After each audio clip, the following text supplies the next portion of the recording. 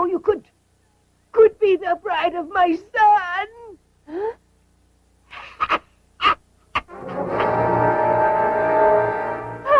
Hello, everybody, and welcome back to another episode of the Unofficial Tokucast. It's been a long time since the last episode. Who notices that at this point? I guess we've been trapped in space. We've been trapped in space, and we're back with your usual gang of spacefarers, Kazoo, hello, and King Protus, hello, and Sporktown Heroine, hello. And let's Spork. What did we just watch? Yeah. We watched the hit 1979. Eight. Yeah. Japanese cinematic classic, Message from Space, by director Kinji Fukasaku, who also directed Battle Royale. Believe it or not. Oh yeah. I was just. That's so crazy. Well, I have to say, this movie is kind of like an original science fiction space adventure epic.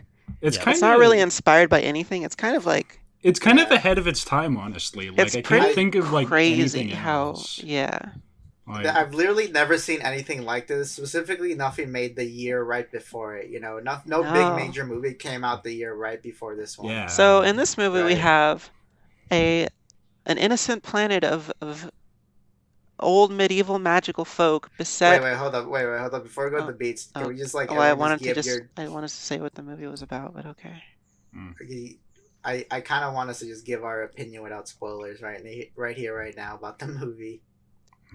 Also, I'm just gonna say it now. The most infamous thing about this movie is that it's a Star Wars ripoff. Literally came out the year after Star Wars. Yeah, we were gonna make that joke. It was okay. It was a movie. I really did not like this movie. I really did not like this movie. So we all basically just watched this on YouTube. It's all up on YouTube, and the audio mixing, at least on the YouTube version, is so bad.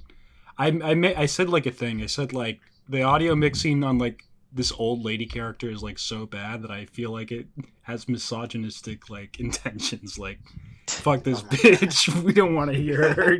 Cut her out of the mix. I wonder if anyone's ever done that, where they mix up someone's audio that they just fucking hate on a movie. That would rock. It would rock. Just like it kind of happens in Birdemic. In Birdemic, the first scene, like the audio is so crazy for like one character, but like just like a waitress character. But it's probably not done maliciously. Oh fuck. Yeah, the movie was just a series of events and scenes from Star Wars. Yo, Shotaro Ishinomori wrote this. Fucking Kamen Rider. That's so. You know what? I can see it, I guess. I could kind of see it. It just really like. I mean, the thing is the funniest. He was to me one. Is the music. Wait. He was one of 3 writers for this movie. Yeah. Fuck, Sonny. Which makes sense. Sonny Chiba is in this. I didn't even fucking recognize him. Is he one of the fucks covered in? Is he one of the in the paint? The gray paint. Yeah, the metal men. Yeah. The metal men. Like I feel like you really need to understand how much of a Star Wars ripoff this thing is. Like, it takes like literal like if you've heard there's like a princess. There's a princess named like Raya. Or there's a character that's name is like so similar to Leia. The costuming for some characters is kind of similar. The music though is the big thing. Like the one I think it's called like the love theme, like from the first Star Wars movie. It's like the Tatooine theme. That is literally just like totally lifted from Star Wars. Like they change the like melody slightly, but it's really funny because that's like a really like impactful song in Star Wars, and in this movie they play it like maybe a dozen times. All the time. It's more like the Chosen One theme in this movie, because every time a Chosen One shows up, the music is that theme plays. The music is so fucking nutty because when you start out, you get like rock guitar and shit, just shit you wouldn't expect in like a Star Wars ripoff. You know, like Could you imagine like no jizz to be found in this? Could you imagine like Luke on Tatooine and there's just like Yeah, imagine he's on his speedster bike and it's like playing, and then he's outrunning the like Tatooine police. Yeah. The scenes where they're in like the really cheap sets give me like big Ultraman vibes of like just the characters all just like sitting around on a set and like weird music is loudly playing. Some of the like effects look really good though. I think we haven't really sold that. Like a lot of the effects work is like obviously the toku elements. The taco elements. The taco elements are delicious. The best part are the effects in this movie. I really love how violently people die. Yeah. Like, I said this earlier while we were watching it, but in Star Wars, like when people get shot by blasters, they fall to the ground, right? But in this movie, like, they get shot and then they fall to the ground and they start like shaking violently because imagine they're in pain. Imagine it was like a heart attack or like a stroke gun. That's essentially what these blasters are. This movie has a lot of scenes of military beating the shit out of a lot of innocent people, which Star Wars does not have. So this movie is definitely better. The Gavana's Empire. This movie felt a little bit more like a war movie, like more like on the ground war movie, right? Yeah. Because the first Star Wars is more like the point of view of the Viet Congs. Yeah, you know, they're like guerrilla fighters, right? But in space. But this movie is more like this is like in war when like refugees are trying to make it out, but they're getting gunned down violently by the Darth Vader knockoffs with horns. You know, I think it's a lot more implied in Star Wars because. Like Luke's family gets like burned to a crisp, but we don't see it happen. Like we see like the after effects, which they actually, I think that might have been like a deleted scene or something, or like they removed it from later versions. You actually see like his aunt and uncle's like corpses, like they're burned, charred corpses. Yeah. But you never, you don't really see these scenes of that, like the Empire just gunning down and murdering swaths of people. Which, I mean, it works. It's pretty effective in this movie. It's like, damn, these guys suck. Yeah, these guys are assholes. They're murdering like these like pseudo fantasy indigenous Greek Roman looking people that are Japanese. Yeah. Oh, you actually we should mention this before we get too far into this. So the casting in this is really like interesting.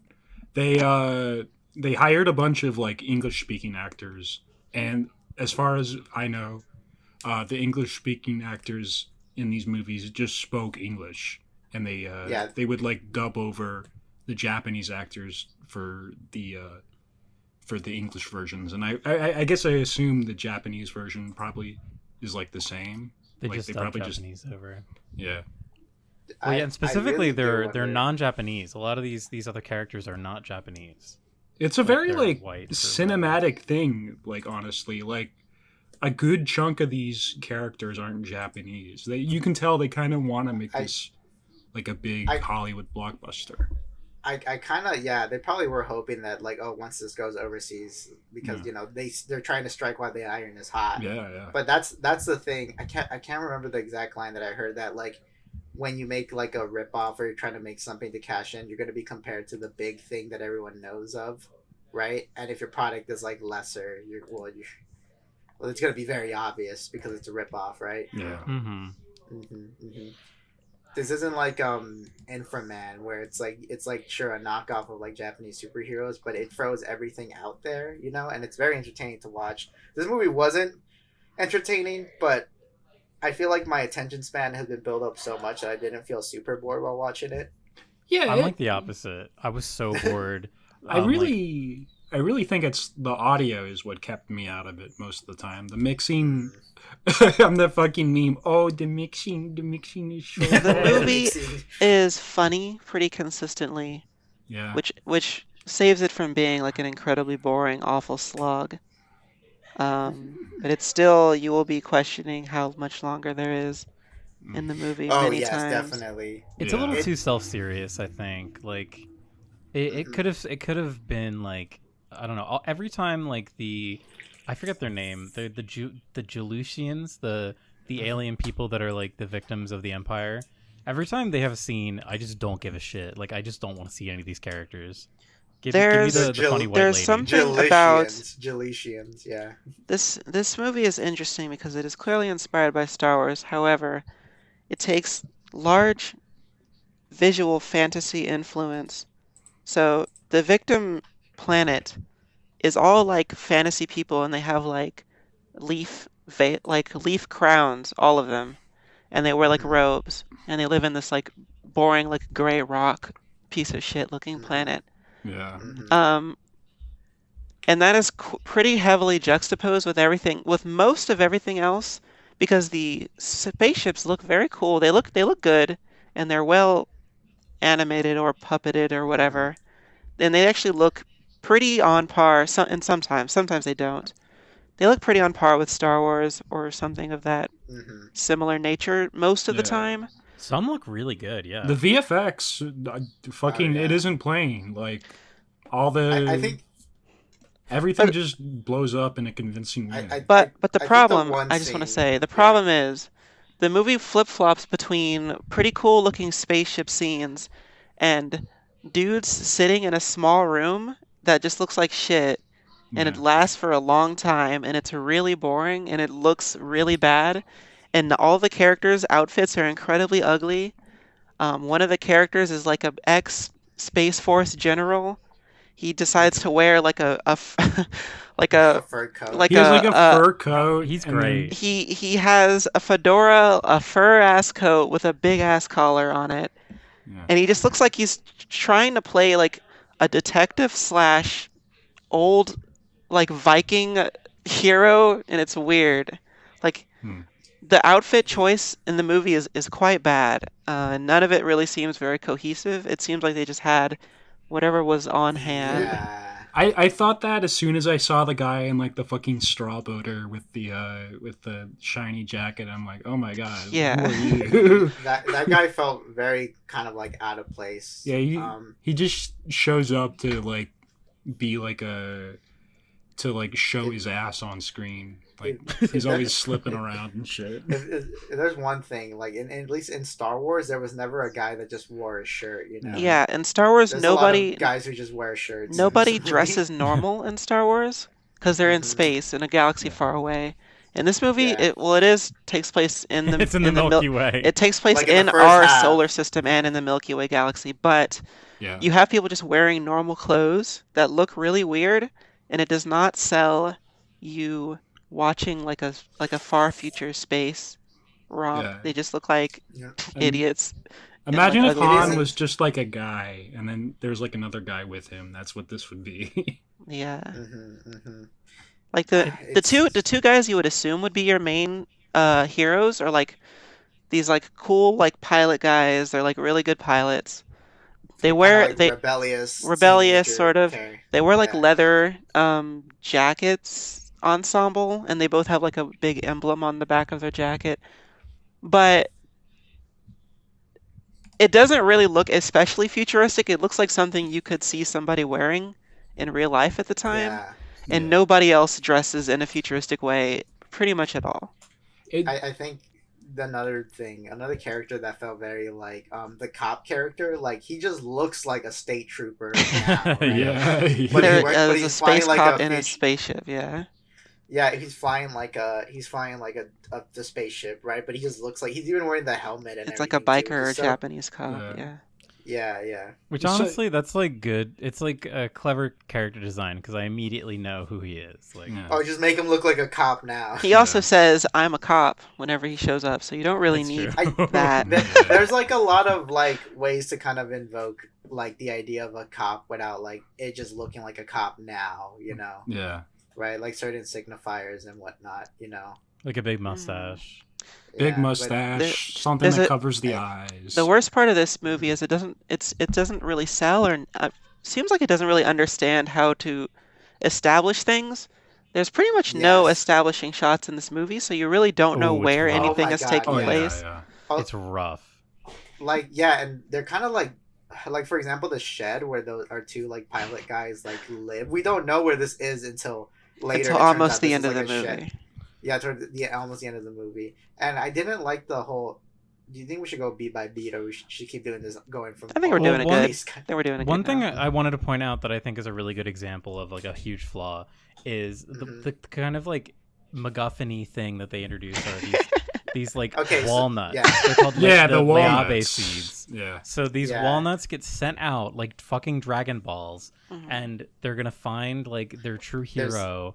And There's then 8 8 of them. heroes. yeah. So there's 8.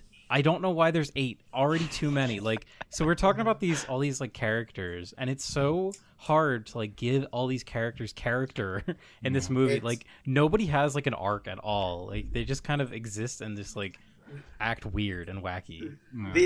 The thing is, they have like what on paper would be an arc, like are like asshole or like are kind of Mhm. like Yeah. not like Doesn't tough want to be characters, hero. learn to Rejects learn the to calling. man up.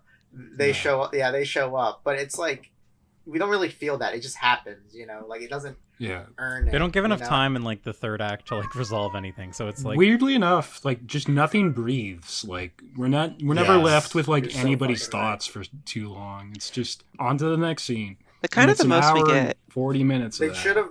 Kind of the most we get is they- like a dream sequence where we learn that one of the main characters, the rebellious asshole guy, is in love with the alien girl. Alien princess. Yeah, yeah.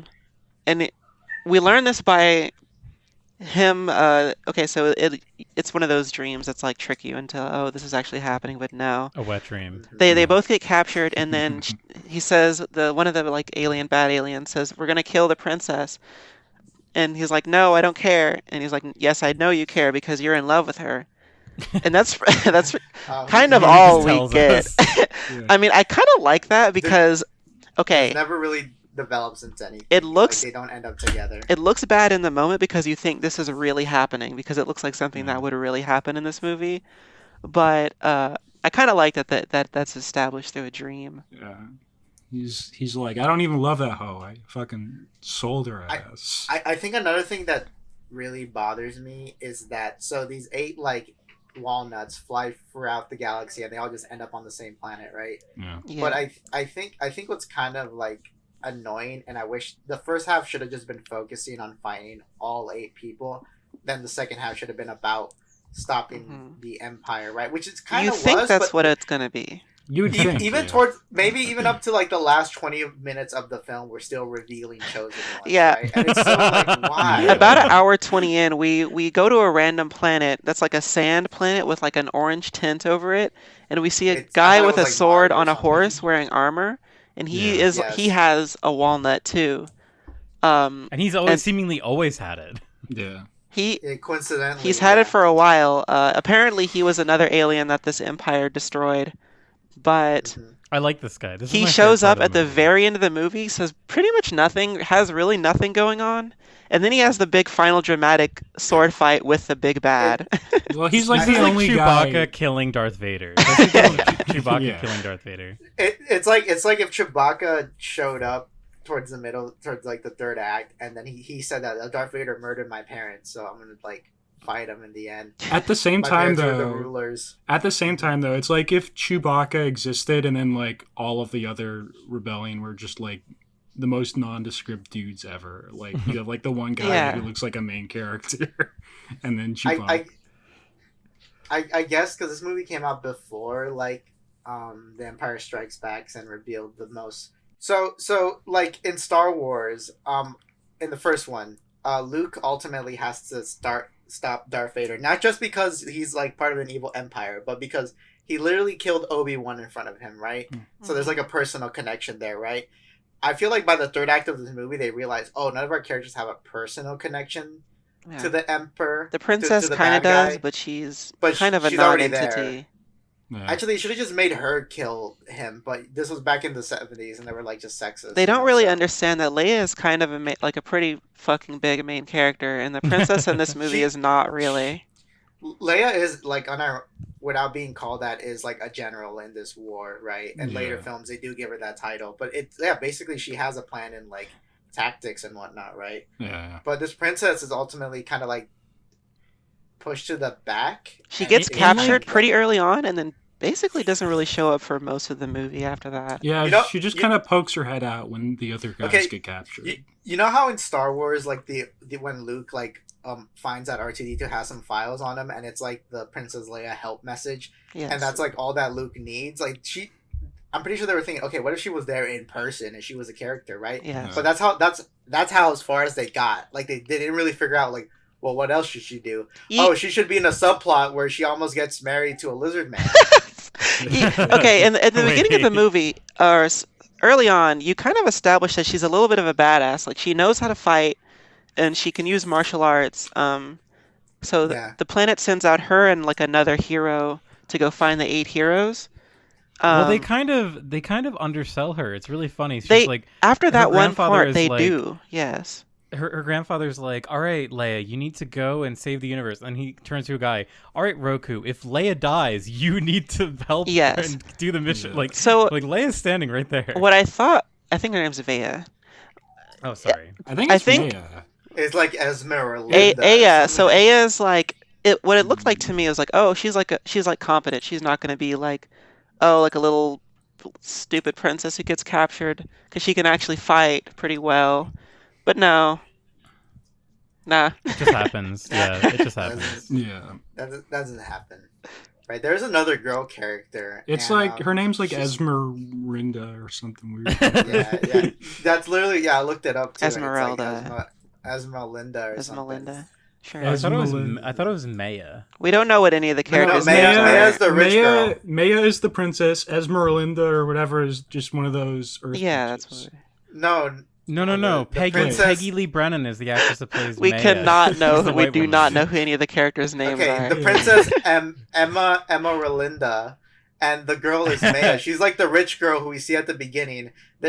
And also, what is so like kind of weird is that she's like on some sort of like American like private jet in space kind of thing, and she sees our 2 bad boy rebel guys like driving by. She's like, oh, they're so cool, chase after them. I'm literally gonna try to crash this jet to chase after them. And then later at the bar, she's back there in the kitchen with them, implying they like knew each other. And it's like, they know each other. What is this? Yeah. They should have like established. She should have been like, oh, I know those guys at the start. That they should have just done that instead of her like, oh wow, who are those bad boys? And it's like, what's the point of her not knowing who these guys are if she was later gonna know who the guys were, and it wasn't like a big deal. This is so why this may be something that audio is a little bit difficult to understand. So we may have missed an important detail here, but it does seem like she does know them already. Yeah. Mm-hmm. It's so these two pilots, these 2 ace pilots. We don't even know why they're so good at being pilots. They're just like bad boy like rebel guys. Okay, really we established that these guys are born after the Second Space War, so they never fought in war. There's really no reason for them to be good pilots, and they work in basically the Mos Eisley of this universe. This shitty bar. They're baby boomers. Basically. Yes. And well, they're the generation of the baby boomers birthed, I suppose. Mm-hmm. And I think I guess that would be Burners, actually. Never mind. There's this kind of like angle I feel later when they reveal to be the chosen one. You know what's also incredibly dangerous is that their chosen one, Walnuts, literally crashes into their ships and almost kills them. The Walnuts get teleported into the engines of their ship, and luckily they're like flying low over a planet, so it's not that big a deal. But they do crash though. They do crash, and they have to cool down their spaceships because they fucking crashed and they got caught fire and everything. Okay, so the thing about this is the walnut will appear in some place that you will notice it. For one of the guys, it'll keep coming back to you. The ex-general guy, it appears in his drink, his little glass. His little whiskey drink. Yeah. And the bartender that poured it seems to like not notice it. Like he literally holds the glass and he's like, "Hey, did you put something in my drink?" And he's like, "No." It's No, I didn't. I didn't put that walnut in your drink, dude. Yeah.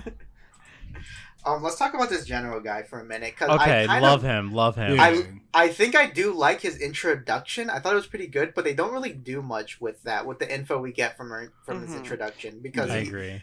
It starts with kind of like this funeral setup where they're sending off this ship into space. Picard-esque, sort of like. Or is that a Spock? Or not, a Kirk? Which one is that? Oh my god, you're just saying names. No, Data. Yeah, so it's Picard, yeah. Yeah, so this general guy is doing the space funeral for space funeral. This general guy is doing the space funeral where he's like sending his previous robot assistant Servant out robot. into space. Servant robot. It was called like what? Breebot? I have no idea. Beba. Yeah, it was called like Beba 1. The Beba because 1. Beba, yeah. He has with him Beba 2, right? Which is like the updated version. And his superior gets mad at him, saying like, "Why the fuck did you waste literal military money, millions and millions of dollars on jet fuel?" He sends what looks like a primitive like today's style rocket into space, carrying Beva 1, and his like commanding officer chews him out because he shouldn't have done that. Didn't even ask anybody apparently before doing this. Also, he seems to hate the space military because they don't see robots as human. Or at least they don't. They wanted him to replace. This never comes back. They wanted him to replace Beva 1 with Beva 2 because it was outdated, and basically just chuck it like a piece of software or like a computer. And he is so incensed by this, he decides to do this big stunt and then quit. It's so like there could have been some sort of angle where he hates Beba 2. Right? And then over the course of the story, he grows to like right, That's what it feels like it, because like when he gets like to the walnut, friendly with it. It seems like they're already friendly with each other. Well, he seems to be a guy who likes robots. They have this joke where he's like, Beba 1 or Beba 2 is like, "You're drinking too much," and he's like, "I'll keep drinking, however." But then they're just friends. Like that was just like banter, I guess. I also love the little thing where Beba 2 seems to dance at the club, like he's doing a little shit. Beba 2 seems to enjoy music. Beba 2's design is really adorable. It looks really cute. Oh, yeah. It's cute. He mogs R2D2 guys. I kind of like Beba 2's design more than R2D2. Yeah. I mean, R2D2 is like iconic, and he's like a specific type of thing, but Beba 2 is so cute. I think R2D2 has like a stronger silhouette. No, you're wrong. No, that's crazy. I agree. R2D2 silhouette is like a cylinder. Yeah, but the robots, most robots at the time look like fucking Robbie the robot. And yeah, Beba you know 2 what? Is obviously like. I mean, he's like a human. Beba 2 is like a robot that's like. R2D2 also had a little guy inside of him, but this one clearly has a guy inside of him because he has arms and legs and like little funny tube arms, and I like his head. R2D2 is iconic. R2D2 is like don't get me. And also R2D2 is like, oh god, here's another moment that makes me appreciate Star Wars more. R2D2 is kind of necessary to pilot like the X-wings. Right, because they're like a backup computer, right? Beba 2 is just there. Yeah. And don't get me... Yeah, Beba 2 is just there to be like this companion. Beba 2 serves like essentially sassy. Zero function in this movie, but I do think he's very cute. Hey, at the very end, we learned something very important about him. We learned that Beba 2 is one of the 9 or 10 heroes that could receive the walnut. Yes. Yeah, that's so... It should have... That moment should have been kind of more like imagine if this guy actually just hated robots or something, and then like once he sees that Beba 2 gets one, he realizes like, oh no, robots do have souls because this guy was chosen. Oh, I gotta reevaluate everything in my life. It wouldn't really make sense because we already see him caring deeply for a robot in his first scene. So right, there's just so many interesting things that they could have done, but they just like didn't. It's interesting what this movie kind of predicts because. The deal with like robots being outdated is a thing that comes up in later Star Wars. I believe Clone Wars deals with Anakin keeps R2D2 around because he likes him, but he is outdated. And it's said several times that he should get rid of him and get a new one. And also Star Trek which I mean, Next Generation came out after this movie with Picard sending off Data basically kind of in a similar fashion, saying, "Oh, he was the most human, robot." There's a lot of cool ideas in this that later in other pieces of media get expanded on, unrelated to Message from Space, right? But this movie, like I don't know, it feels like it just has that there as kind of fluff. Like, oh, this is a sci-fi, so let's touch slight, like let's not touch, let's just kind of like. Quickly flash interesting like sci-fi ideas, but not. It kind of feels like in lieu, since this movie was apparently the most expensive Japanese movie at the time, but with half the budget of Star Wars, It seems like in lieu of being able to visually show things, they kind of just have to hint at things through dialogue and like quick flashes, but they can't really spend a lot of time on it because it would be like the robots basically stop existing except for Beva 2 after a certain moment in the beginning of the movie. I don't know if they were trying to do this because in the original Star Wars, there's a quick mention of the Clone Wars. Yes. In the first Oh one. yeah, there is. Right, yeah. to kind of like, oh, this universe is like bigger. Like, there's a lot of things that happen in this, and like maybe all these like little ideas were like their thought of that. Like, oh, this is our version of that. But it's nothing like what's the point ultimately? You know, if like your big bad is kind of like killed, what was the idea that if there was a sequel to just be another guy? Like, it would have been cool if maybe to tie things Jack together a becomes little evil. bit.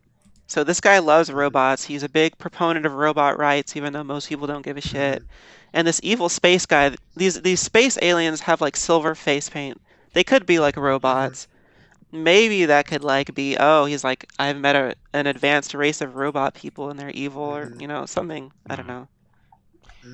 The one bad guy does kind of explode in the way that like not a human would. I love how they explode. He falls from so fucking high. Yeah. It's like a robot. Maybe he you're right. falls and he explodes right on his like witch mother. Yeah, he And, falls like, right on her. killing them both. The witch mother should have still been alive, and then she shows up at the last scene and be like, "I'll be back." When this character, this crone like wheelchair lady appeared, I got flashes of Dune. I assumed, okay, I'm gonna say probably one of my main things about this movie that I think makes it more boring is that there's really very little supernatural element in here. The only supernatural thing is the walnuts. And basically the only reason you need the walnuts to come together is because they can show you the trench run plans. That's basically their only function of actually having them. It's so weird though because like the old man who sent the nuts out seems to already know everything that they see from like the vision that the nuts give them. It doesn't make any sense. There's signaling at mysticism similar to the Force, but the Force is overt with it, like this is a magical force, literally. In this movie, you know, nobody has a force, nobody has magic. We don't really know what's, you know, why the walnuts are vague big. fate. Like fate is vaguely guiding these characters towards each other. Yes. Apparently like, there is the Force does that too, but like it's also more active. You can use it and you can engaged. wield it and you can like it. The Force very like it alive. surrounds, it like flows through everything and it connects everything. Yeah, exactly. Luminous beings we are, not this crude matter. Yeah. Right, exactly. Yeah. And thinking about all the like 8 chosen one is obviously they're doing like a kind of like a 7 samurai thing. Yeah. And then that makes me wonder like in 7 samurais there's 7 samurais as the title says, so they have to develop like 7 characters. So I went to see how long 7 samurais is, and that movie is 3 hours, and I'm like, holy fuck, maybe they should have not added 8 characters, or what they should have done is that maybe these like rebel guys, let's say our military was named General Garuda, right? Yeah. He's still in the military, and like these rebel teenager guys these rebel taxi guys have to like join up. They've been drafted. Yeah, they have to be drafted, but they're like, we're not doing that, right? And but they get forced into anyway. And this military guy gets demoted after doing the robot funeral thing, and he has to kind of like he has to oversee the troublemakers, right? Yeah, like a punishment. They all get. Yeah. Right, exactly. That way, those characters could be around. And then you have like the rich girl who's like, "Oh man, I just want to be a cool pilot. I'm really good at it, but nobody sees me. I just want to fuck this one guy. I want to fuck like, or that pilot she guy. could be like the daughter of a war profiteer, right? And she's like always on base, like trying to LARP as like a soldier or something. We see that she's a good pilot, and we also see that later on we see that she's a good like pit chick. You know, like she's repairing spaceships. Yeah. Like in their junkyard shed that we don't see until the very end of the movie, but she would love Tank Girl. She'd be a huge fan of Comic Tank Girl. Yeah. Her character is like probably one of the weirdest. Like there's other characters that feel less defined, but she just feels like a lot of things that are combined with no real regard for why. Yeah. This could have just been so. This could have been. Like I could see like the better version of this movie in my head. It's easy. Sure they rushed this right after Star Wars came out, maybe this movie was already kind of in pre-production. You know what? And then Star Wars came out, and they're like, "Oh, we got to actually crank this up a lot faster to kind of cash in on this." I doubt it. Apparently, this was followed up by a television series called Sankukai. Yeah. Yeah, the subtitle is Galaxy Wars. It's called the Galactic Wars. I would be surprised. Oh my God, Chewbacca. Yeah, this is. I would be surprised if there was anything more than like an idea of this before Star Wars came out, because it's so very much Star Wars. Well, it was still like the Cold War, so space adventures was like still kind of like there was like ideas about like, Flash Gordon was a thing. They were, but like this one feels so obviously like derivative. Mm-hmm. There is also this just really weird feeling of like it being set like with Earth as like a plot point. Mm-hmm. Like Star Wars not having like any connection to Earth makes it like really like easy to completely separate it with like the real world. But with this, I was like, damn, are there like still people living on Earth? And then we see Earth and it looks normal. Like, Okay, there's a scene that really confused the hell out of me because there's a crazy fucking like weird tangent in this movie where they go to a random planet, meet like some crone, like some like old woman and her son.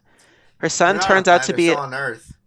No, because that's not Earth. Because whenever she gets captured, they read her mind and she says, "I've been hopping from planet to planet looking for Earth."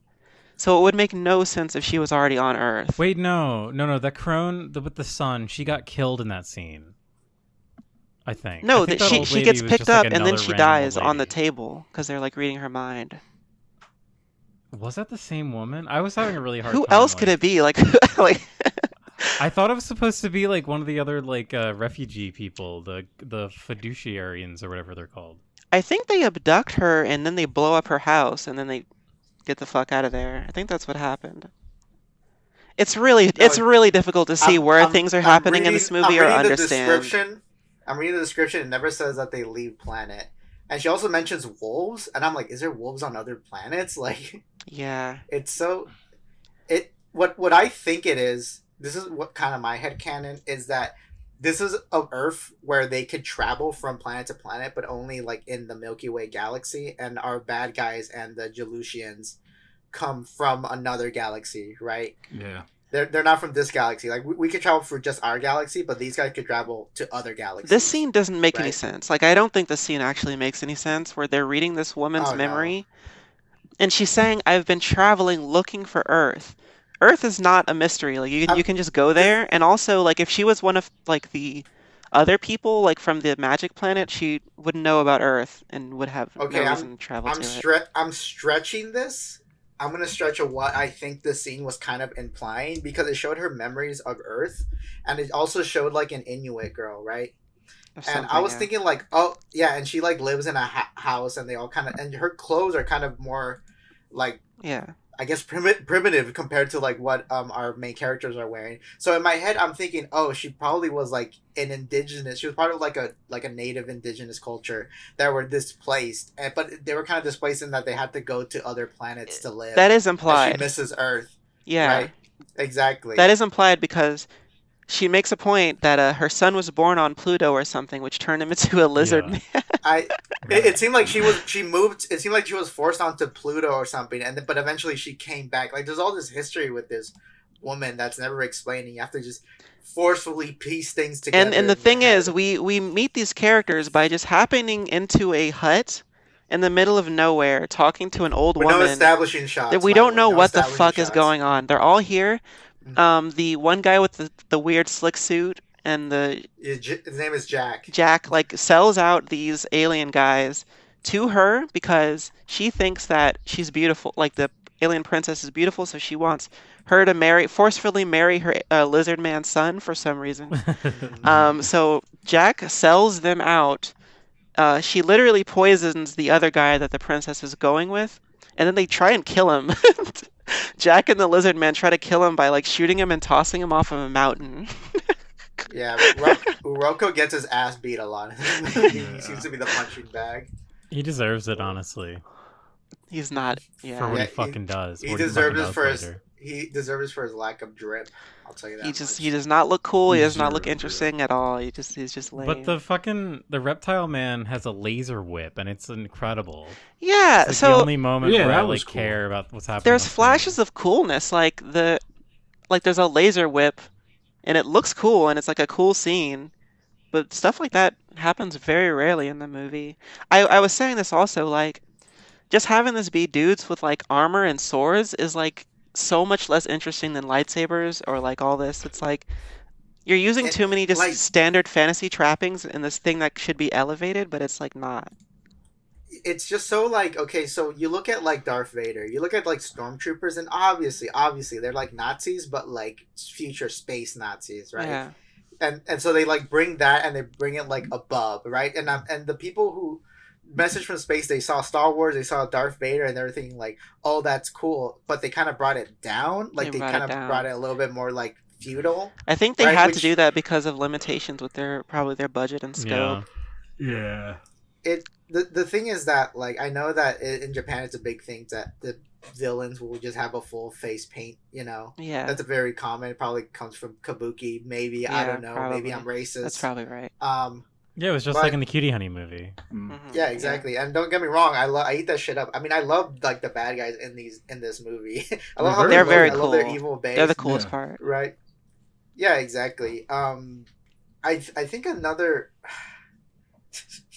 See, this plot is so kind of like incoherent that we're just jumping from back and forth between fucking points. But our general Garuda guy who was like at the bar and after the whole Walnut incident, like he also like just stumbles and falls asleep in our two rebel guys' house for some reason, and we have no context to how we don't know Yeah. how far anything is. So we okay. have no idea. So they were at the bar. Okay, so they work at the bar.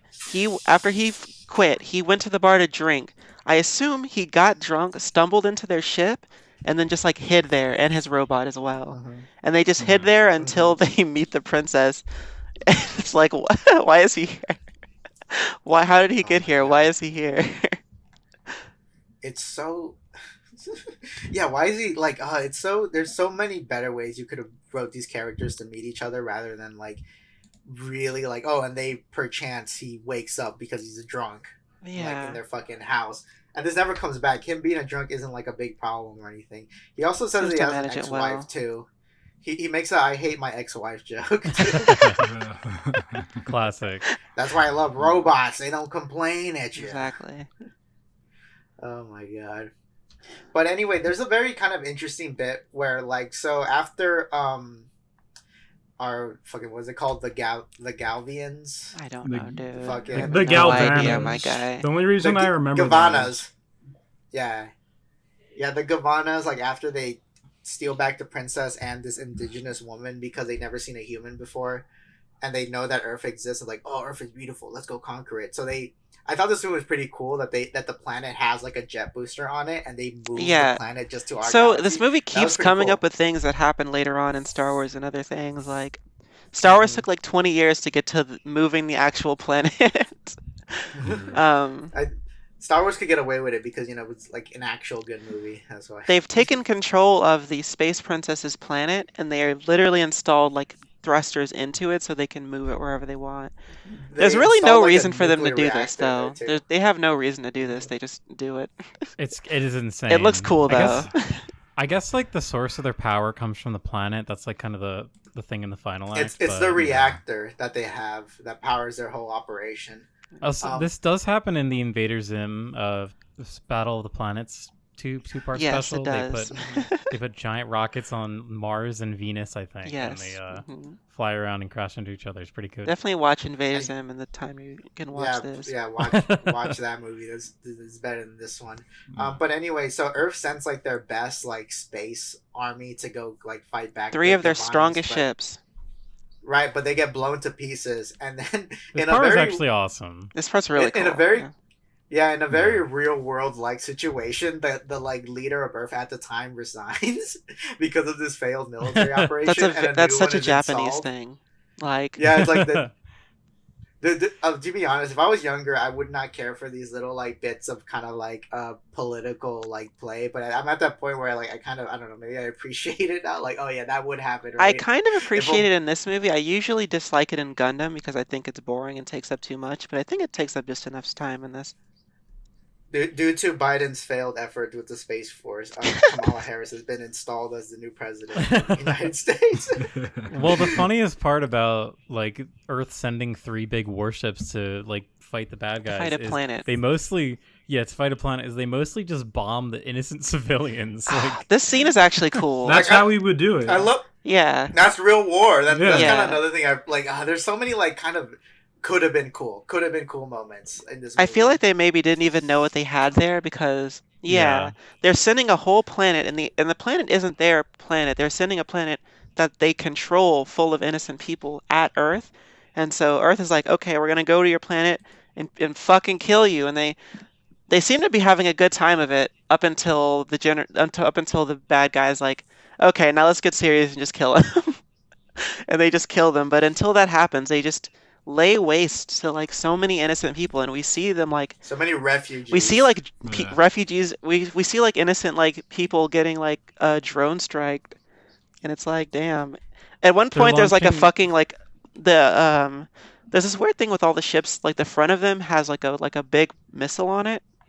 And they shoot off one of these, and it's like an atomic bomb. They shoot off another, like it actually shows a quick like flash of like atomic bomb explosion. A nuclear blast. And it's like historical like footage of actual like nuclear tests. By the way, it's only been like maybe 20 years since the actual. No, actually, it would have been like maybe 40 years after the actual. They said there's like, been bomb. 20 years of peace. It- Oh, it'd you mean been- in the it'd real been like life? 30. Okay. In real it'd be life, like yeah. 30 or so. Yeah. It's a Yeah, good looking very scene. funny. All the effects are looking really good. The explosions are really good. It's good looking. I The one thought part this where next... the one ship explodes and then it crashes in the ground, Mhm. and I was just really impressed by that effect. I thought it looked really great. Yeah. It looks really good. Yeah. I kind of dig this next part that happens where the new like kind of leader of Earth is a Japanese man, and he finds our General Garuda, who's still drinking, by the way, and he's still wearing that same fur coat. So we have like the thing. It kind of felt like maybe a couple days or months after like they re-kidnapped the princess, but it maybe just been a couple of days really, because this guy's still wearing that same fur coat. That's all he Right. has. Right, exactly. So our like new like prime minister or whatever, I forget what they called them. Oh wait, I remember his name. His name was like Ernest Noguchi. Ernest something. Miguchi. Ernest Miguchi. Miguchi, yeah. The only one I remember. Ernest Maguchi.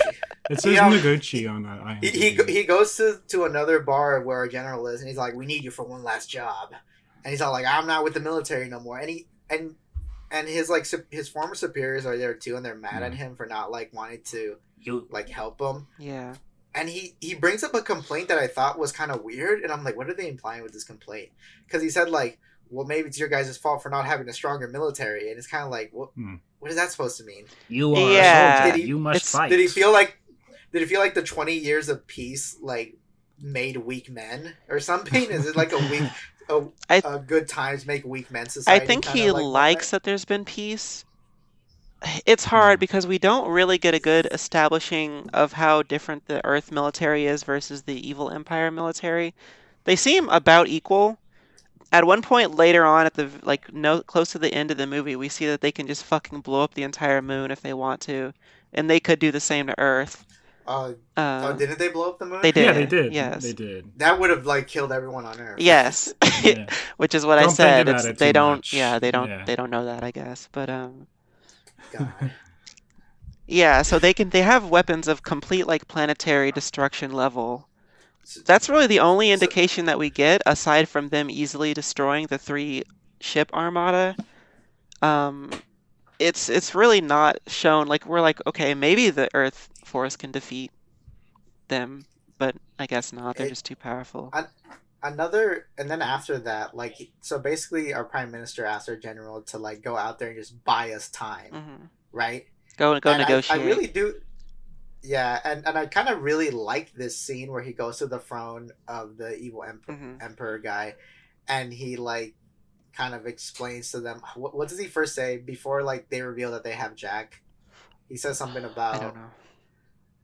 I forgot, but the one part that I did like is like when they pull out like Jack, because they also kidnapped them in a moment that really forgot they even fucking did this. They kidnap him. They kidnap him so fast. He like shoots. It's really funny when that happens.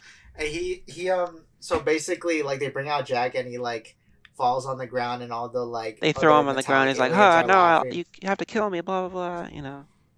And they're all laughing at him, and then like our generals are like, hey, you stop laughing at him. He may be a fool, but he's a citizen of the earth. What I want to say though, he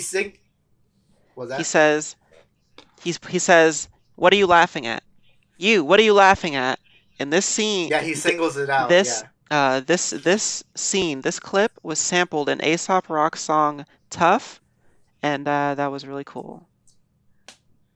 Base. Go ahead. So anyway, he singles out one of the little grunts, and he challenges them to a duel. And I think these aliens know what a duel is, so they agree. They do, yeah. Right, and they do a 10 pace thing, and this grunt tries to shoot him before they reach 10 paces, but he misses. Cowards out. Right, and then our general turns around, is about to shoot him, but the grunt like gets to his knees because he's so scared of dying. He's like, oh, I don't want to die, and the general's kind of like, he's lowering down his weapon because like, oh, I can't kill a guy who's like begging for his life. But then our evil emperor, to show how evil he is, he murders his own grunt.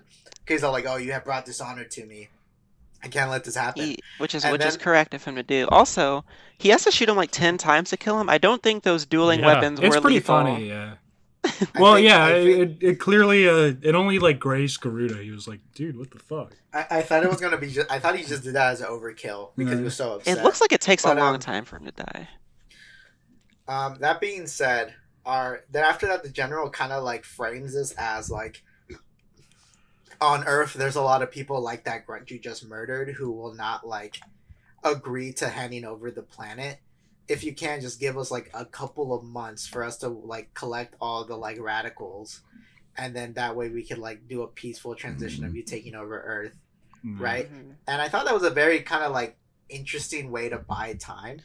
It's a good way, yeah. Because I thought, oh, that's kind of like those are kind of like the planetary politics kind of angles that I like. It's like if Russia takes Ukraine, the Ukrainians will not actually like bow down to the Russians, type thing. Yeah. Right. But the Emperor kind of sees through the strategies, the idea that like this is going to give Earth time to. He says, "You almost got me. You almost convinced me." Right. But I'm gonna fucking blow up the moon. So he sends him back. He sends him like peacefully back. Yeah. Right. Because whatever, I guess. He's an honorable man. He has a sense of honor. Right, and it's just so. What happens after this? Oh yeah, they meet up with the fucking refugees, and also coincidentally, our other heroes are there. The two rebel guys, the girl. The general turns into Big Boss, and then they go to the planet. That part was pretty funny. The forsaken like prince of the Gavana Empire is there too because they found him on Mars, right? This is everything just so fucking convoluted. Wait, what? Yeah. Oh, right. Oh, that was Mars? Yeah, he was. It felt like Mars. That's why it was red, right? I thought it was Genosha. I'm really confused what's going on. Was it Genosha? I think it was Genosha. From okay, Star so they Wars found him on Episode Genosha. 2. But that guy said that he was like fucking Star Wars. Oh my god. I was tricked. Motherfucker, I don't know this shit. Genosha's the bug planet during the Clone Wars. Yeah, they make the funny noises when they get exploded. They find him on Tatooine, and but anyway, Tatooine. Yeah, it's because that guy was like the Forsaken Prince, like that the Emperor like murdered his parents and took the throne, and like they fleed them off to this other galaxy, right?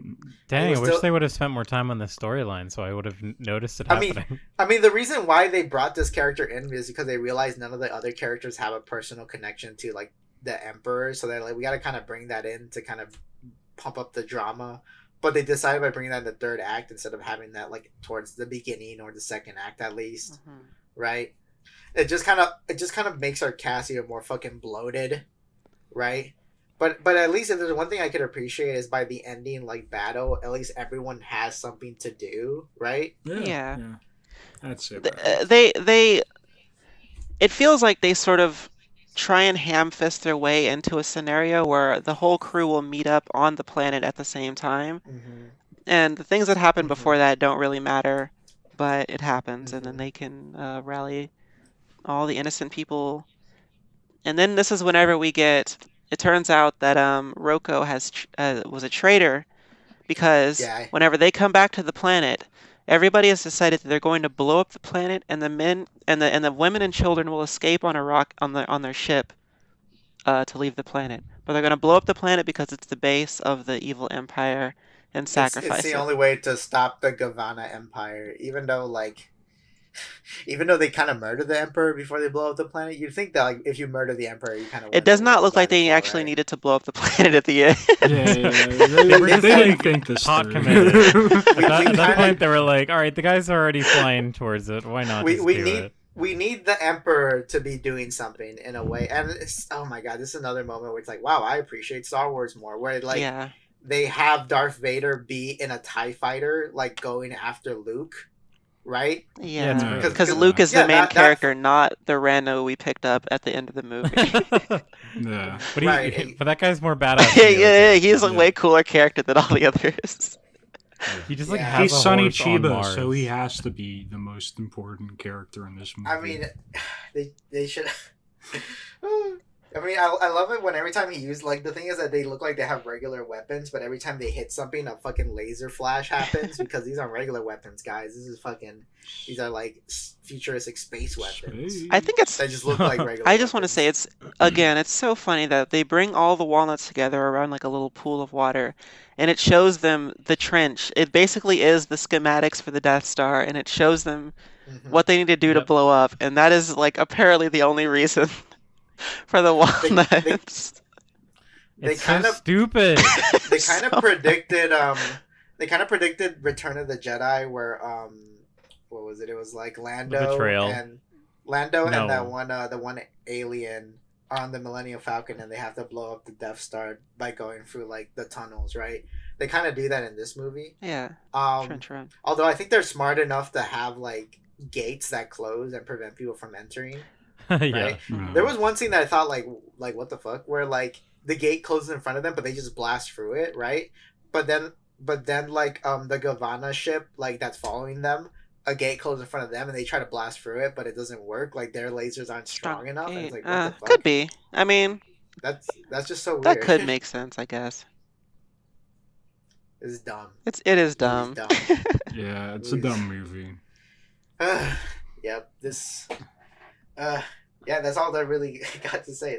And then they leave. They don't even go live on Earth. They they just get on there. They have so did we talk about the fact they have a big ship? Yeah, I was going to bring this up. Yeah. Yes. They have an arc. They have Final Fantasy. This planet's spaceships are treasure planet style, big ship boats, old boats that are wood, but they travel through the space with them, which looks cool. And I think if this movie focused on any one of its elements, it could be really cool.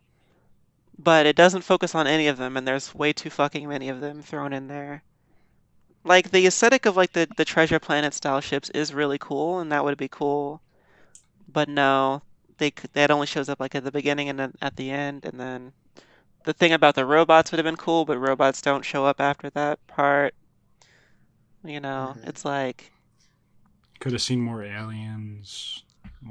Yeah, there could have been aliens. This thing about people getting born on Pluto turns them into lizard people might have been. There's so many things in this movie that don't go anywhere or mean anything, and any one of them could have been focused on to make a cool movie. But yeah, maybe they do that more in the show. I have no idea. Maybe I will not be watching that. Yeah, I'm gonna at least. I'm gonna let the fucking ambulance pass by because I'm fucking. I can't hear it. Grounded. Yeah, I can't hear it either. Yeah, I can't hear it either. I can't hear it. I'm in space. I can't hear it. Most definitely, it got picked up by my Audacity. But anyway, I think I will watch an episode or two of Galactic War just to hold up. I think the movie could have been funnier if they lifted up more shit just from Star Wars. Oh yeah, that would have been the Force. Funny. The Force is the main thing I wish they had just stolen. It would have just been better. Yeah. Yeah. I think it would have been funny if I don't know, maybe the seeds locked onto them because they have the Force. There was one point of the movie where I felt like the seeds selected people that would be down to do suicide Yes, missions. it does look like that. Right, that people It because felt like that. I think it's so funny that like the refugee Jelusians were kind of like, yeah, we're not gonna sacrifice our own for this war. These seeds will find people that will kill themselves for us. It looks like that because we get a like the main this I guess you would think is the main character's like deal is like they all get the walnuts. He rejects his calling, and the walnuts return to everybody else, but they don't return to him. So it feels like the walnuts have said, "Okay, not you. We're gonna do somebody else," and he's mad that he didn't get picked again, for a while at least. Yeah. And then it picks the He didn't get robot. he didn't get picked because he was in love with the princess, and the walnuts are kind of like, oh, you want to like continue living so you can with the princess. So now we're looking for people who have no connection. I don't know. That's about cool, that. dude. That's cool. That's all you. Yeah, okay. You don't want it. Okay, we can't make you. So do somebody else. Think about it. They got a general who has like no like living No any connections. piece of family, but a robot, right? A robot, and they're just disposable. Right? Doesn't really work for everybody else. What are we? Except for Some the kind other of? guy. Except for the Are we like, some kind of white guy. Suicide Squad or something? Like- Unironically, I kind of would be down for like a movie that did an idea like that, where Yeah. like the chosen ones just end up being people who are disposable, yeah. right? And then they realize how disposable they are, and they're like, "Oh no, this is kind of fucked." Actually, Fuck. It feels like that because there's really no reason that this particular bunch of people, aside from maybe the general, were chosen. Like these guys Yeah. are just like three good pilots, really. A general, a like space prince whose empire got destroyed. So okay, sure. It I don't remember the other ones. it feels I don't remember It if there was feels any. it feels so convoluted. Oh, the Jack, I guess. The prince. Yeah, How is Jack? So- Like Jack's a fucking asshole. Like he will sell out humans. He Yeah. literally does nothing like helpful towards the end at all. Like why would you pick him? But that's probably part of the plan because they're like, oh, Jack is disposable. He's a wretched. He's the filth of the earth. We could kill him. It's fine. He's Yeah, Great. he also turns out to be a military An- operative, which we don't know until later. another like another mode of me appreciating Star Wars that like Luke's call to action convenient just tells him like what it is instead of them finding the walnuts and be like, what the fuck is this bullshit? Being And then confused. And then a second yeah. party has to show up and be like, "Oh, you guys are the chosen ones." It's so like, why? Because they needed a princess character, but they couldn't think of how to include her, right? And it's so As much as I hate Destiny stuff, Luke being strong with the Force is a pretty good reason to have him be the guy to do the stuff, you know? Because it's Yeah. a very rare trait that not a lot of people have. So and actually, you know what's interesting is that Luke wasn't even fucking chosen. It was Obi-Wan. And that's Luke was true. just the That's also messenger. true. You're right. And then Obi-Wan realizes, oh, you're a Skywalker, which is like a Jedi name, so you could You learn- have you eugenics. potentially. Yeah, exactly. And I mean, yeah, because these guys are like crazy samurai cult members, right? So it works, it makes sense. It works, Um, yeah. But in this case, it's so like I don't know. I was thinking like the part where after Jack betrays Uroko and they fucking throw him down like a fucking canyon and he froze like the walnut. I was thinking that actually Uroko is one of the chosen and Jack was kind of just the transportation to get to him, right? That I thought that's where it was leading to. That's funny, but no, unnecessary Jack is because still they the had chosen the one. walnuts there already, and they didn't. They could have just given it to him if that's what they wanted. No, but think of it like this. Like every time a chosen one had a walnut, it glowed, and I think when Jack found his walnut, it didn't glow. So I was thinking like, oh, that could. When they first find them, they don't Right. glow because they find them in the ships and they're not glowing. Yeah, it's not until later. They glow once they decide that like, oh yeah, this mission's for us, Mhm. right? Yeah. Who are the other 8? Like who are the rest of the 8? Okay, the general, I think Uroku, the king. Beba 2. Oh yeah, the Forsaken Prince guy was one, Yeah. Yeah, and like, what's her name? the girl May. was the Yeah. princess one. No, the princess wasn't one, because I mean, come on, she has to live. Come on, she's a prince. Which Yeah. they all live She's except princess, for come on. Roku. You know, the ending. I remember while watching it, like when the prime minister guy's like, "Oh, you guys are welcome on Earth," right? And it's so funny because like, they're They're all like, Yeah. with open arms. Yeah, sure, buddy. But then the princess is kind of like, "No, I think we'll find our own planet." And this feels very like stupid. It's so like, stupid. Like, we'd or rather like have our the- own thing, you know. These are the perfect refugees. They don't want to step over on land that doesn't belong. Oh, you're right. That's exactly what they're trying to say. Because they offer them the Earth to settle on, but they say no, we'll go somewhere else, which is stupid because they say, oh, we'll go to somebody else's planet to take. Yeah. Like, I guess we're gonna go to a barren planet with no life to live It's on. so- Like, what? It's so weird because it's like up until this point they didn't even fucking know the Milky Way galaxy existed. As far as they knew, they didn't even aware that like there was life on a bunch of other fucking planets. Yeah. It's just so. They didn't. Yeah, they didn't know that, and neither did the evil empire because they say we've captured one of them. It turns out that they can think. You know, they didn't even know that there was intelligent life in the Milky Way. It's just so. It's so weird. It's like this kind of like refugees are fine as long as they stay in their own lane, like or like that's okay. We're not gonna settle on Earth. We're just gonna find our own Israel in space, guys. Don't worry about it. Our own. Our holy land. Yeah. I wonder if Galactic War is about these new refugees, and then they have like their own like space Palestine. I bet that's probably what it is. Yeah. Yeah. That sounds like that, or maybe Because that's how you get them interacting with with other aliens. They gotta go find another planet to conquer. Yeah, we gotta shoot 26 more episodes of this shit. So we gotta come up Oh with my more God. planets. I wonder if there's like boomers in Japan who have like fond memories of this movie, or if like Definitely. I'm sure kids loved Definitely. it. There's gotta be a few. I'm sure kids must have loved. Imagine like seeing Star Wars and it being like so. Did not like Star Wars as like a it kid. just changes everything. Okay, well, but imagine you're like a small Japanese child. You see Star Wars, you love it. Then next year, oh my god, it's like Star Wars for us. We made Star Wars this time. Yeah, I mean, yeah. I feel like the existence of Star Wars kind of makes this movie even worse. This movie would Oh, not it does. exist Oh wow, without it's Star Wars, but downgraded. There would be no It's a movie cheap if there was copy. not Star Wars. The movie It's probably one would of have those been things, better like- if there was not Star Wars if it got made. Oh my God. I was waiting to experience Dragon Ball, and I couldn't really vibe with like Goku. But when they made like American Goku, that's when I knew. That's when I knew that shit was for real. That's what I knew. I mean, this is a beloved director apparently, so Yeah, I mean, Oh, yeah, like, this he guy- made a really good movie. This guy has like a huge ass filmography. There's a very some- impressive filmography. there's a lot of like star power behind this. Like, I mean,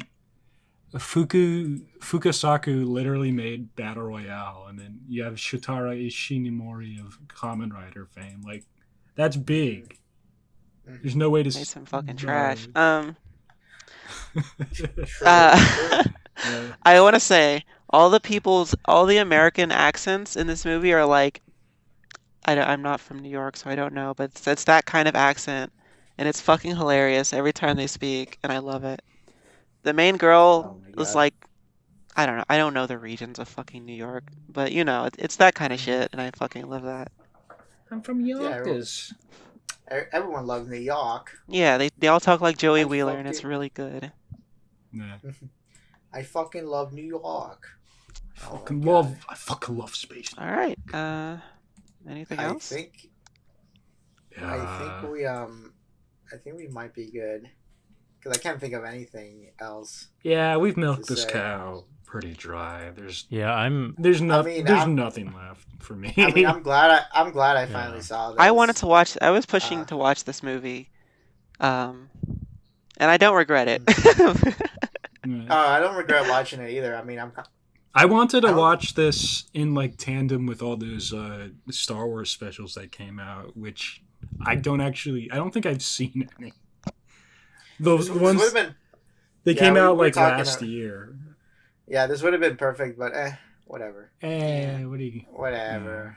what are you gonna do about it? It wouldn't have mattered. What are you gonna do about it?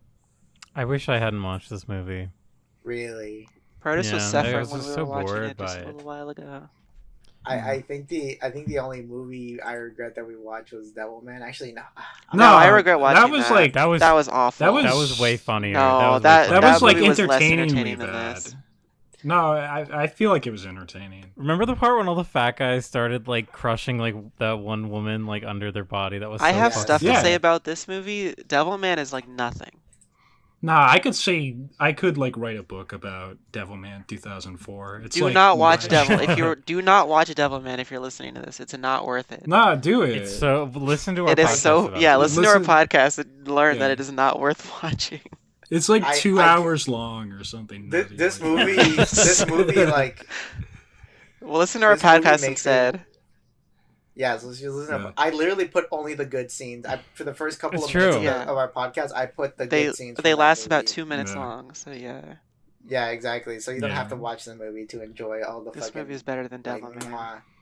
I wish that Cheesy had done that for this movie though. Like I would love to watch like 20 minutes of just all the cool like Toku like ships exploding. Yeah. But other than that, I was like, ugh. This is just like Visually as Cheesy ugly said, movie. It honestly. made me think like Star Wars. It just made me appreciate the original Star Wars so much. And like I've always loved Episode 4 the most because it was like it has like the original. Like it's so Yeah. fresh with everything and like.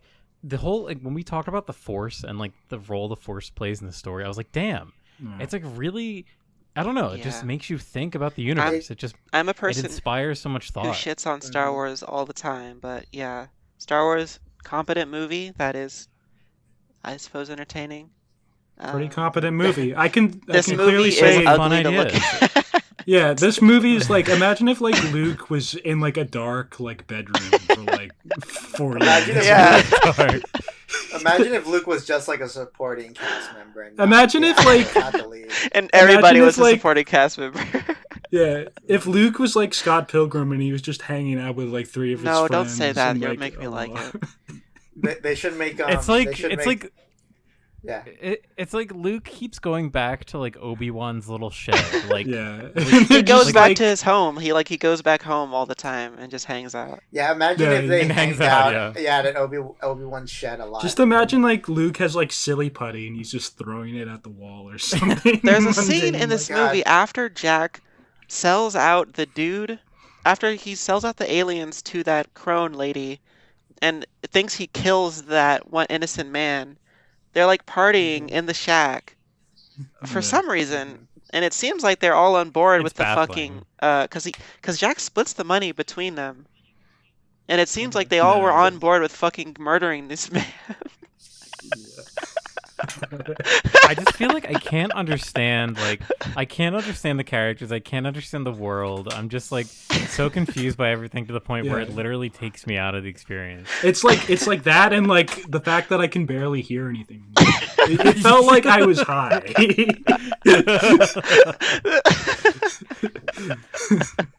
Oh, were you listening to the earmuff version of the movie? The earmuff cut? The earmuff. Yeah, I watched the movie by Mhm. myself like last night, and after finished watching it, I tried to explain moments in that movie to my partner, and they got like visibly upset with what I was describing to them. They're like, "This doesn't make any sense. I'm getting mad just listening to this." Yeah. It's cut out 30 minutes and the movie would probably be a 6. Yeah. True. Yeah, I would. It's a I would 2. agree. It's with a, it's a that. 2 for me. Actually, you know what? I don't think cutting out any part of this movie would have. It's made like it a better. 3 for I me. think the length can- of this this movie harms needed- it. This movie needed kind of like an overhaul. Of course, in my obviously, opinion. yeah. Yeah. Like it needs Yeah, a yeah. complete Yeah. ground up rewrite, but They should have made a better movie. Yeah, exactly. I win. I Ultimate think if it didn't critique. take so much of your time, I think it's long because they want it to feel epic, but Yeah. it does not. Yeah. I mean, But like this Star isn't, like- Wars is like one of the first big Long blockbusters, movies, so yeah. it's like wow, we need to do that shit. Yeah. It's Oh, like you- okay, let's. I bet 100. I bet so much money that the way this movie was pitched was kind of like, oh, think Seven Samurais but with Star Wars, Exactly. which sounds cool. Which is That funny sounds because that's what fucking Star cool, Wars is. but- But Yeah. Star Wars is more like two samurais. it's inspired. But what they should have done instead of being inspired by Star Wars, they should have been inspired by all the stuff that inspired Star Wars and then made something. They kind of did that. Like I liked how the Gavana Empire looked. I like their emblem. I think their emblem Yeah. looks so fucking badass. That is the only cool And there's part. kind of like a there's kind of like a Ming the Conqueror angle with it, and if everyone doesn't fucking know, Ming is like the bad guy in Flash Gordon. Yeah. Who's like this like racist Asian stereotype space warlord that our white blonde hero Flash Gordon fights against. I say, make it but 5 walnuts and 30 minutes less, and you have a fine movie. Be good. It would be better, I guess. Yeah. Oh my god, I'm just picturing the better movie in my head already. It's easy. It's so easy to come up with a better movie than this. Yeah. Exactly. Okay, guys, I think that's about it. I think that's all we can really say about this movie. Yeah, I think I got Galvana syndrome from this. I have to go shit. I'll be right back. Okay. All right. Bye. Speaking of communism. Oh, here we go. We gotta have it. We missed it. We gotta have that. I kind of like. If you know anything about Star Wars, you know that George Lucas based the rebels on the Viet Congs, right? Yeah. So that would make like the Empire like America? Yeah, pretty much. So basically, in this movie, like our heroes deny the call, right? And they live on Earth where there's like it's peacetime, right? Mm-hmm. So if you were to think of it, it's basically like these guys are basically the guys who denied to get drafted into Vietnam. Yeah. In a way, right? I don't know about this. No, that could have been an interesting angle, I feel, but like, All right, that's it. That's all, folks. Okay, that's before we leave, draft. it was Cheesymanfredo, you're one of your hosts who did this with my fellow other hosts. Yeah. You guys can chill now. Sporktown Hero. It's in the description. Check out my art. Kazoo Choo. It's in the description. Look at my little arts. King Protus, it's not in the description because I told him right now to not include it. Yeah, he's No, blacklisted. It will be in the description. This is the last Protus episode. Yeah. We're slaughtering him. Created. We spoke too positively a message from space, and he's upset. Yeah. Yeah, I'm leaving the fandom. I'm leaving the Toku fandom, guys. The cast. I leave the fandom. I decided I'm racist now. Yeah. So for our next movie, will it be actually Toku or will it be something else? Tune in to find out. Wait, Ah! I didn't say. What? I do it. JoJo podcast. I do JoJo podcast. Check it out, Joe Kakaka. There we go. He does do that, huh? Yeah. But it's not even really JoJo anymore. It's just anime because JoJo's on hiatus. Because JoJo's lame. Because JoJo's lame. Will the next All right, episode guys, be that's Toku or will it be something else? Tune in to find out. Tune in. Same Cheesymanfredo channel. Same Same Cheesymanfredo place. internet Goodbye. URL. Goodbye, everybody. Mwah, mwah.